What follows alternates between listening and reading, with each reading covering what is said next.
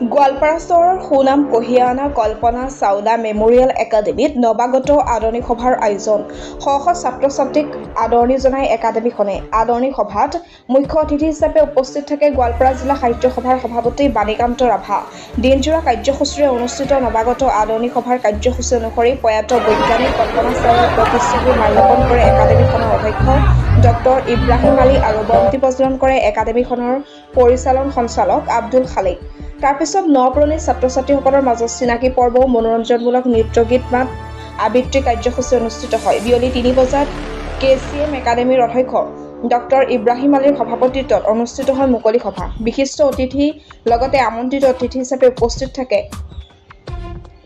কেছমিঅ group of ইনষ্টিটিউটৰ পৰিচালক সঞ্চালক ডক্টৰ SI চৌধুৰী, PR গভট উচ্চতৰ মাধ্যমিক আৰু বহুমুখী বিদ্যালয়ৰ প্ৰাক্তন অধ্যক্ষ Sajimuddin Ahmed, KCM senior secondary স্কুলৰ পৰিচালন সঞ্চালক আব্দুল খালেক, গোৱালপাৰা জাতীয় বিদ্যালয়ৰ প্ৰধান শিক্ষক ৰেজাউল ইছলাম, গোৱালপাৰা জাতীয় বিদ্যালয়ৰ সম্পাদক গাজিবৰ ৰহমান সহ বহুকেইগৰাকী বিশিষ্ট ব্যক্তি উপস্থিত থাকি সাৰুৱা ভাষণ প্ৰদান কৰে। মুকলি সভাৰ উদ্দেশ্য ব্যাখ্যা কৰে একাডেমীখনৰ শিক্ষক অপূৰ্ব কুমাৰ দাস। ভাষণ প্ৰসংগত KCM একাডেমীৰ পৰিচালন সঞ্চালক আব্দুল খালেকে ছাত্ৰ-ছাত্ৰীক উদ্দেশ্যে শৈক্ষিক পৰিৱেশৰ গুৰুত্বপূৰ্ণ লাগতিয়াল ভাষণ প্ৰদান কৰে।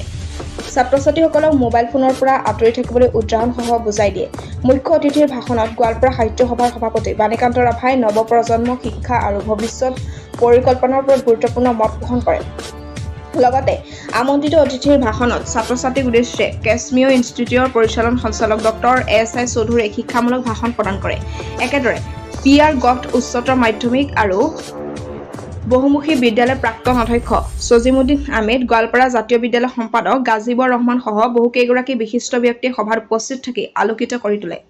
শলাগৰ শৰাই আগবঢ়াই ভূমিকাত আছে সন্ধিয়া আমন্ত্ৰিত কণ্ঠশিল্পী ভিগু কাশ্যপৰ গীতৰ শৰাই আগবঢ়াই দিয়া হয়। গোৱালপাৰা চহৰৰ মাজমজিয়াত থকা একাডেমীখনে বহুতো ছাত্ৰ-ছাত্ৰীক আশাপূৰ্ণভাৱে সফলতা কঢ়িয়াই আনি দিছে বুলি দাবী একাডেমীৰ কৰ্তৃপক্ষৰ।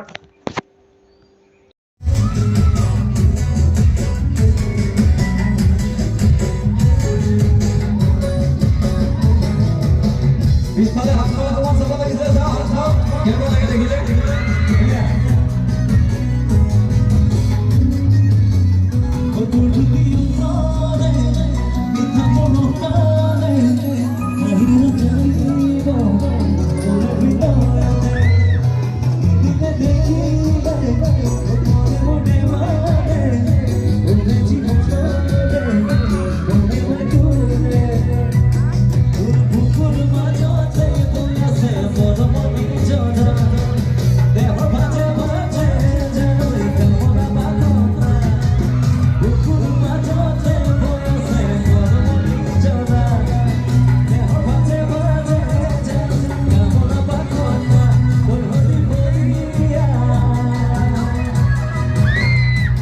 ফাৰ্ষ্ট ইয়েৰত নামভৰ্তি কৰিছে, তেওঁলোকে যি লক্ষ্য আৰু উদ্দেশ্য লৈ KCM একাডেমীত ইহঁতে নামভৰ্তি কৰিছে, সেই গ'ল আৰু লক্ষ্যৰ প্ৰতি উদ্দেশ্য ৰাখি সিহঁতে আগবাঢ়ি গ'লে KCM একাডেমীত পঢ়া শুনা কৰি সিহঁতে লক্ষ্যত উপনীত হ'ব পাৰিব আৰু ছাকচেছ হ'ব পাৰিব। কাৰণ আমাৰ টিচাৰসকলে যথেষ্ট কষ্ট কৰি সিহঁতক অধ্যয়ন কৰাই আছে আৰু আমাৰ এক্সপিৰিয়েঞ্চ টিচাৰ। গতিকে তেনে ক্ষেত্ৰত মই ভাবোঁ আমাৰ শিক্ষকসকলৰ পৰামৰ্শ যদি গ্ৰহণ কৰে প্ৰত্যেক ছাত্ৰ-ছাত্ৰী ইয়াতে ছাকচেছ হ'ব পাৰিব।